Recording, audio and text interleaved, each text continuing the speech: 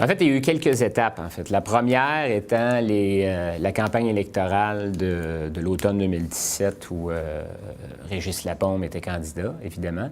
Et à ce moment-là, comme on se connaissait, parce que Régis a été président du conseil d'administration du Festival d'été, il était encore d'ailleurs sur le CA.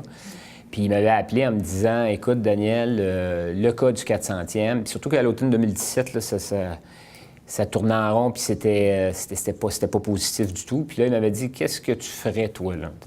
Fait que moi, j'ai dit, bien, ça prend un changement d'image. En fait, il faut qu'il y ait un turnover, en bon français, complet de cette organisation-là ou de cette fête-là, parce que, comme c'est parti là, ça va rester assez dark. En fait, c'est la seule chose que je lui ai dit.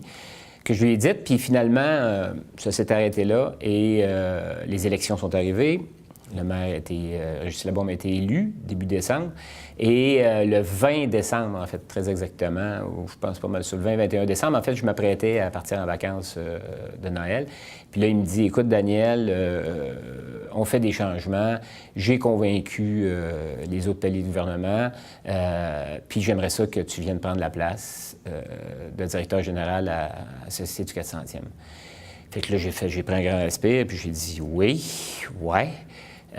Puis là, moi, je voyais aller ça parce que nous, on avait eu des contacts. Évidemment, au Festival d'été, on avait toutes sortes de rumeurs qui couraient.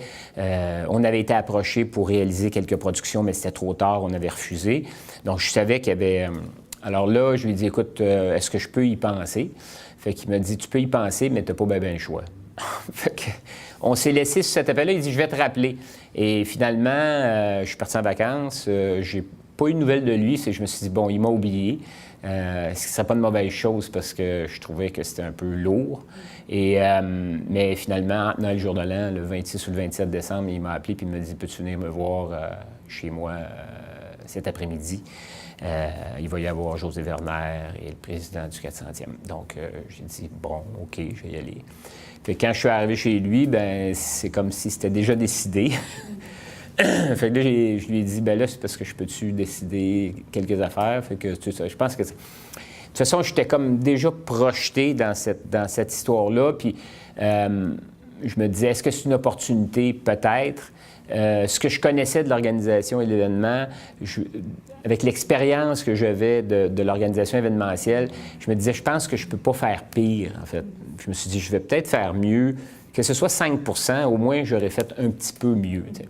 Fait que c'est ça que je me disais au départ. Je ne m'étais pas mis une pression indue sur les épaules, mais j'avais bien dit aussi aux intervenants, qui étaient le président, que là, la période était tellement courte, il n'y avait pas beaucoup de recul pour l'analyse. J'ai dit, là, je vais prendre beaucoup de décisions, mais il faut vraiment me laisser aller parce que je ne pourrais pas faire avance-recul, parce qu'on n'y arrivera pas. L'année 2008 était pour s'entamer à ce moment-là.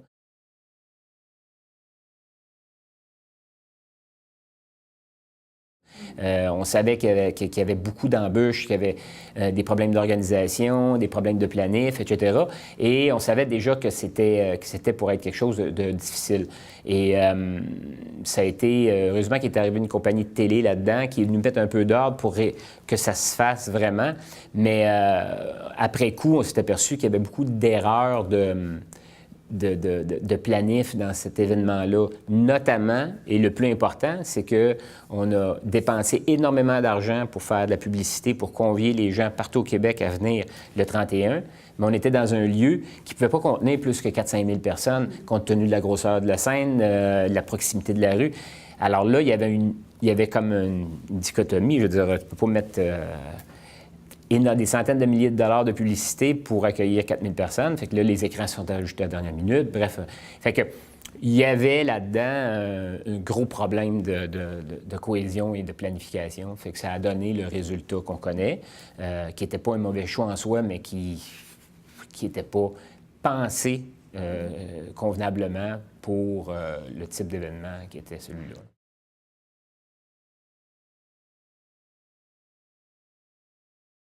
Le problème qu'a vécu le 31, le spectacle du 31, était celui qui était le même pattern pour tout ce qui s'en venait. Donc, quand j'ai pris ce dossier-là, il n'y avait rien de fait. Il y avait seulement des croquis, il n'y avait pas d'avancement, il n'y avait même pas de budget encore. Moi, j'avais rencontré celui qui était producteur délégué à ce moment-là, Danny Pelcha, puis j'avais dit, bon, sors-moi les dossiers des 2 trop grosses affaires. Il y avait l'Opéra urbain, il y avait la journée de commémoration, puis il y avait un autre spectacle. Alors j'ai dit, puis il est arrivé, puis il n'avait pas de dossier, il n'y avait rien. Fait que j'ai dit, mais là, ça se peut pas, là, qu'il n'y ait pas rien maintenant. Puis là, ben, j'ai tout repris à zéro, en fait. Puis dans le cas de l'opéra, je l'ai regardé dans tous les sens, toutes les coutures, j'ai regardé avec des partenariats possibles. Puis il n'y a rien qui pouvait marcher là-dessus. Alors, la décision n'a pas été difficile une fois que j'ai fait toute l'analyse. Puis tous ceux qui pouvaient me poser la question, pourquoi tu as tiré la plug là-dessus? Bien, il y avait eu déjà de l'argent à dépenser, mais c'était rien à comparer de ce qui était à être dépensé, puis ce que ça aurait coûté pour réaliser quelque chose qui n'avait pas encore été vraiment imaginé. Puis ça arrivait en même temps que certains grands événements à Québec, dont le Festival d'été, qui n'avait pas été pensé. En tout cas, bref, ça ne pouvait pas marcher et la décision a été facile à prendre parce qu'il y avait une incapacité de le réaliser. Là.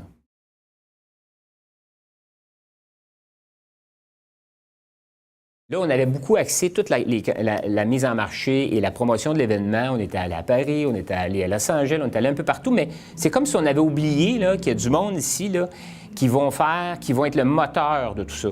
Puis j'ai commencé par eux d'abord, et c'est comme ça que je l'ai travaillé. Et parce qu'il y a eu des sondages. Il y avait des sondages à l'automne 2017. Il y avait un sondage qui était sorti puis qui demandait aux gens, allez-vous participer aux activités du 400e? Les gens de Québec, 24 disaient oui, et la différence disait qu'ils ne participeraient pas. Puis, à l'automne de 2008, il y a eu un autre sondage. Avez-vous participé?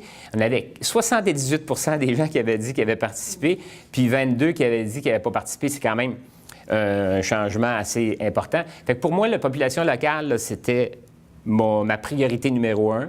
Puis après ça, bien, les touristes, on a dit, bon, ils vont voir, puis les gens de Québec deviennent des ambassadeurs à un moment donné. Ils vont appeler leurs parents à Montréal, à Saguenay, un peu partout, puis ils vont leur dire, bien, vous devrez vous venir. Puis c'est ça qui est arrivé. Donc, le ton a été donné par 2 événements qui sont arrivés en avril-mai. D'abord, la Symphonie des 1000, veut pas, c'était pas si gros que ça, mais c'était quand même un événement important. Puis après ça, le championnat mondial de hockey, c'est certain que ça, c'est vraiment le coup de canon là, qui a démarré tout ce qui s'en venait, en fait. Puis là, tout d'un coup, à Québec, il y a eu des gens qui sont venus d'un peu partout assister au championnat, des gens de la Suède, de partout des pays. Ils sont venus à Québec. Le championnat a super bien marché. Les gens ont acheté des billets. Je pense encore au public local. Majoritairement, c'est eux autres qui ont acheté des billets pour venir voir les matchs. Écoute, à partir des premiers matchs, c'était plein jusqu'à la finale. C'est rare dans un championnat mondial de hockey. On les voit à la télé au printemps, puis on voit les estrades vides en Europe. Mais ici, c'était pas le cas, là. L'idée de base, c'est on remplit cette journée-là pour que les gens, ils ne savent plus où tourner la tête, qu'ils se disent « Bien, voyons donc, c'est donc bien extraordinaire, il y a donc bien des affaires qu'ils vont s'en rappeler toute leur vie. » En fait, on voulait imprimer une image forte dans la tête des gens pour que ceux qui étaient là se disent « Je vais m'en rappeler toute ma vie. » Là, on a commencé ça à côté du Château Frontenac pour toutes les cérémonies protocolaires, qui étaient très bien fait. On a bien travaillé, les estrades étaient bien placées, le lieu était le fun, c'était beau. Évidemment, il pleuvait à ciel, puis on ne pouvait rien y faire, mais on avait tous nos parapluies, puis on avait de l'eau dans les culottes, puis dans le cou, puis mais c'était incroyable comment il pleuvait, là. C'était pas à peu près, là. Ben bon. Mais ça a marché, les gens étaient souriants. Après ça, on avait un dîner au Château Frontenac, on s'est déplacé là. Puis là, un peu, là je m'occupais un peu du show devant le Parlement parce que ça, c'était la première. C'était immensément gros comme production. C'est la plus grosse production, je pense, avec The Wall qu'on a fait. Ça fait partie des plus grosses productions artistiques jamais faites à Québec. Il y avait beaucoup d'argent investi là-dedans. C'était une grosse télé aussi, mais d'utiliser le Parlement avec une rivière qu'on avait créée là, c'était incroyable comment c'était beau. Et bien là, il y avait évidemment la pluie. Vas-tu mouiller? On retarde-tu le show, etc. Ça fait que j'étais un peu dans l'opérationnel. Puis là, je savais que la pluie était pour arrêter vers 2 heures, 3 heures. On le savait selon les radars. Et le spectacle bien, a eu lieu comme prévu. Puis il y avait du monde, on avait mis des écrans partout, il y en avait dans les rues. Ça, c'était une belle réussite. J'étais très content. J'étais très ému de cette première prestation-là parce qu'on l'a fait 3 jours.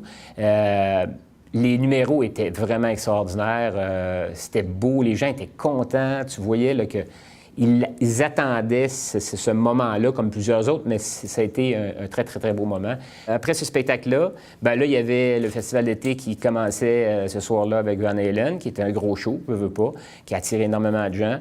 Et il y avait Joran avec l'OSQ qu'on voulait faire à l'Agora, mais finalement, ça s'est déplacé au Grand Théâtre, mais c'était plein là aussi. En fait, c'était plein partout, là. Et ça a fini avec le méga feu d'artifice qu'il y a eu sur le fleuve, auquel les gens ont participé aussi de façon extraordinaire. Fait que quand cette journée-là s'est terminée, là, puis que j'ai marché, en fait, moi, je suis parti j'étais en bas au port, puis je suis monté à pied, puis j'ai monté la côte, puis qu'il y avait des gens, là, full largeur, là, qui marchaient, là, puis tout le monde s'en allait chez eux, à leur voiture. Là, je me suis dit, je pense que là, on a réussi cette journée-là. On ne l'a pas raté. Malgré les intempéries, les gens vont s'en rappeler de cette journée-là. Moi, j'étais beaucoup sur la recherche de vedettes internationales qui auraient pu venir se mettre autour de Céline, quitte à monter un gros stage. Je me suis dit, bon, on peut peut-être faire quelque chose là. Donc, on était toujours à la recherche. Je parlais avec les gens de Gillette à l'époque, on parlait avec des promoteurs. Puis là, à un moment donné, bien, ce projet-là est arrivé par une fille qui fait du booking corporatif. Puis elle nous a informé qu'il y avait une intention, que Paul McCartney faisait seulement 3 spectacles dans l'année. Il ne tournait pas depuis un bout de temps, depuis une dizaine d'années, et qui cherchait des événements spéciaux. Fait que ça a commencé comme ça. Puis là, on s'est entendu, puis là, bien, il a fallu que ça passe au conseil d'administration du 400e. Ça n'a pas été évident à passer. Là. Ça a été des bonnes discussions parce que dans la tête des gens, autant aujourd'hui, on dit que ça a été l'idée fantastique, extraordinaire, autant à ce moment-là, pour bien des gens, c'était pas un sure shot. Là, parce qu'ils ne tournaient pas depuis une dizaine d'années. Certains membres autour disaient que c'est un has-been, ça va être un flop. La question des phoques aussi, toute la controverse autour des phoques, etc. Il arrive au Canada, on va avoir des manifestations, en tout cas, tout ça. Fait qu'il y avait un paquet d'argumentaires qui ne jouaient pas nécessairement en faveur. Puis moi, j'avais dit, écoutez, moi, je pense que c'est un hit. Je pense que c'est quelque chose de rare. Il n'est pas ailleurs, il n'est pas en tournée, rien de ça. C'est un ex-Beatles. Et moi, je considère que ça va marcher.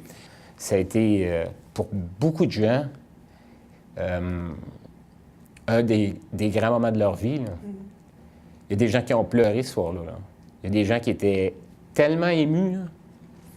Puis je suis tellement content d'avoir fait, surtout, là, que ça ait marché. Là. Tu sais, ça s'est comme vécu comme un truc très collectif, là, tu sais, quasiment communautaire, là, cette affaire-là. Un moment d'anthologie, un moment de grâce, d'après moi, sur la ville de Québec. T'sais. Puis en plus, lui, c'est pas un artiste qui fait un show d'1 heure et quart puis qui s'en va, là, il fait 3 heures de spectacle, puis il a fait tous les hits, là, je veux dire, il n'y a pas bien des tunes des Beatles qu'on aurait voulu entendre, qu'on n'a pas entendu. C'est sûr qu'il y en a, mais ce que je veux dire, c'est qu'il est allé pas mal partout. T'sais. Puis ça a fait la différence, évidemment. Là, c'était comme la cerise sur le sundae, ça.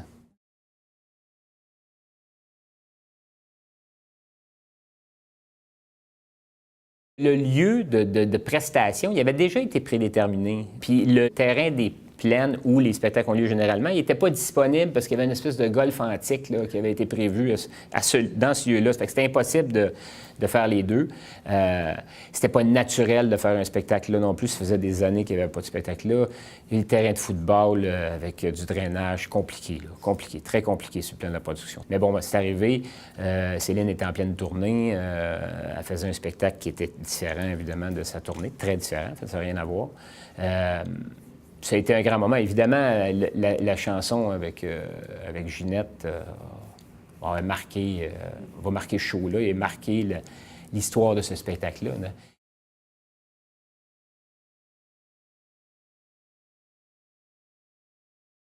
On parlait tout à l'heure du championnat mondial qui avait été le coup de canon.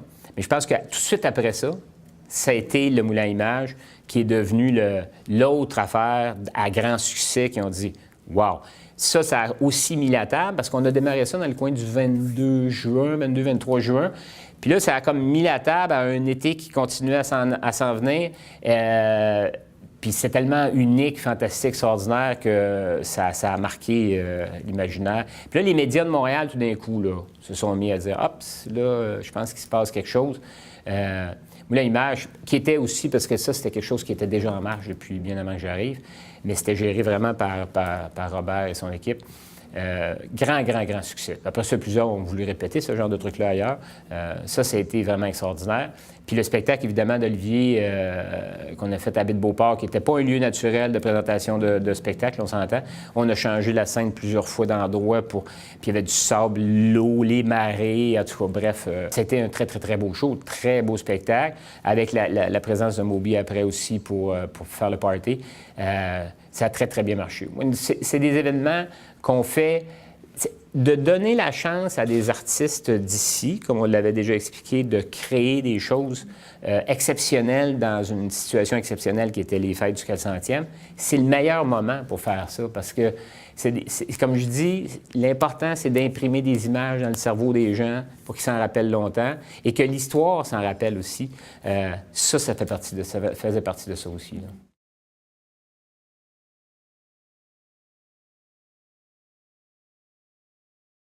Nos attentes pour le 400e étaient, on ne voulait pas overbiller, comme on dit en français, on voulait juste se faire plaisir, mais l'effet nous a nous-mêmes dépassé largement. Là. Puis souvent, on le dit, moi, je suis arrivé à Québec au tournant des années 2000, en 99, pour le Festival de cinéma, puis ce que je percevais, moi, de Québec, c'est les radios trash un peu, c'était négatif, les projets étaient toujours écrasés. Je comprenais pas cette pression-là négative parce que je trouvais que la ville était belle, je trouvais que c'était le fun de rester à Québec, mais ça, c'était comme omniprésent. Puis beaucoup de gens que je connaissais qui étaient à Montréal, à l'extérieur, ils disaient « Ah, tu t'en vas travailler à Québec, tu sais, avec un petit smile en me disant « Tu t'en vas dans le village. » Fait que pour moi, Québec, c'était un peu ça, la perception. Puis ça, puis avec les personnages de Québec un peu spéciaux qu'on connaît. Puis 2008 a fait comme totalement tourner cette page-là. Puis Québec avait vécu des échecs. Hein. Les Olympiques n'avaient pas fonctionné, les Nordiques étaient partis. Il y a plusieurs affaires qui étaient arrivées. Puis c'est comme si Québec disait « on n'est pas capable ». Puis les radios en rajoutaient « on n'est pas capable, on n'est pas capable ». Puis ça a comme... On a réussi, puis on a réussi pas à peu près. Montréal avait plus de difficultés en 2008. Fait que Québec c'est comme relevé comme ça. Là, wow! La fierté s'est répandue dans toute la population. Les entreprises. Puis là, tout d'un coup, les gens voulaient venir habiter à Québec parce que c'est bien plus fun d'habiter à Québec. C'est cool, avec toutes les compagnies de jeux vidéo. Fait que là, il y a eu une grosse arrivée assez massive de nouveaux employés, d'entreprises aussi, parce que le climat était bon, parce qu'il y a un feeling de réussite, il y a un feeling de positivisme. Puis ça s'est poursuivi, là. Sincèrement, je pense que les événements à Québec ou les choses qui se passent à Québec ont aussi transporté ça d'année en année. Puis ça a fait des petits. Puis aujourd'hui, bien, on a une ville dont l'image n'est plus du tout la même dans la tête des autres citoyens de la ville de Québec, de la province de Québec. Bien, il y en a eu plusieurs, sincèrement, des moments où je me suis dit hey, « wow! » Tu sais, championnat mondial de hockey, là, je suis allé là à la finale en plus. Là, je broyais sincèrement là, quand les joueurs s'attraversaient à la glace. Tu sais, tout ça, c'est une succession de moments importants. L'arrivée des voiliers de La Rochelle là, sur les quais, là, ça aussi, c'était quelque chose. Là. Ça, moi, j'en revenais pas. Là, toute cette gang-là qui était partie de La Rochelle parce que je les avais vus partir, qui arrivaient tous à Québec, là, ça a été émouvant. Ça, pour moi, c'était un grand moment. T'sais. Puis, bien évidemment, le spectacle de McCartney a été un moment d'anthologie au niveau de la concrétisation d'une réussite totale.